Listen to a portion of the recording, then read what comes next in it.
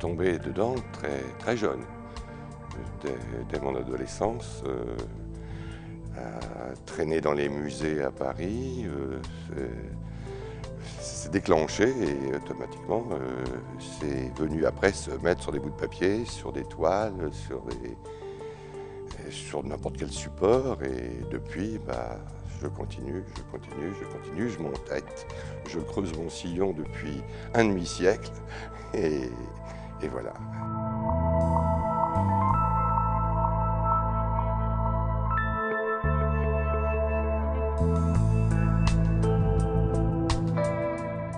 Je me souviens de certains tableaux, par exemple, une chose qui ne me dit plus grand-chose actuellement, mais qui était Les Capétiens partout de Georges Mathieu, un immense tableau tachiste.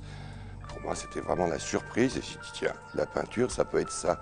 Surtout après avoir vu le Louvre, tomber sur une peinture complètement débridée, me dit, tiens, une liberté, quelque chose qui...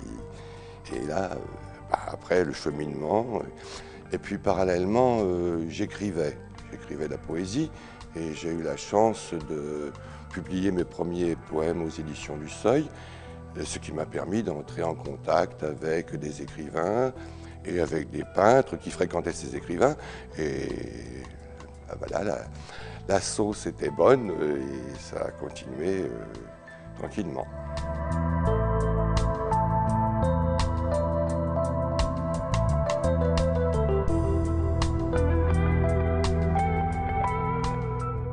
Dans les années, disons, 70, il y a eu un mouvement en France qui s'appelait le mouvement support surface.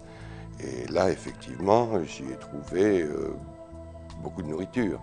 Et j'y ai fait de nombreuses connaissances, de nombreux amis avec qui j'ai toujours des liens. Et disons qu'à partir de ce moment-là, j'ai trouvé, disons, ma voie entre le signe et l'abstraction, c'est-à-dire une combinaison de ces deux éléments graphiques.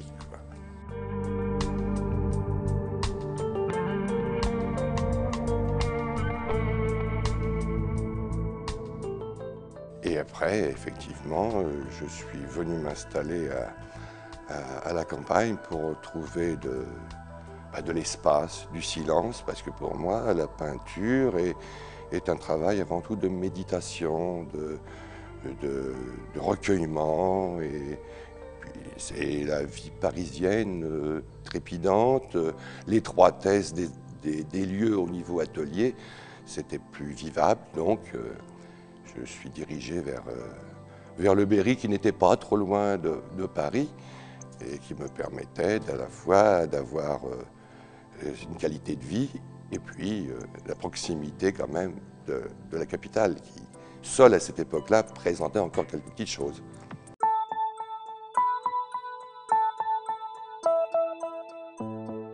Peindre comme écrire, c'est souvent faire les 100 pas dans une impasse. C'est souvent se heurter à l'impossibilité d'achever ou l'impossibilité de conclure.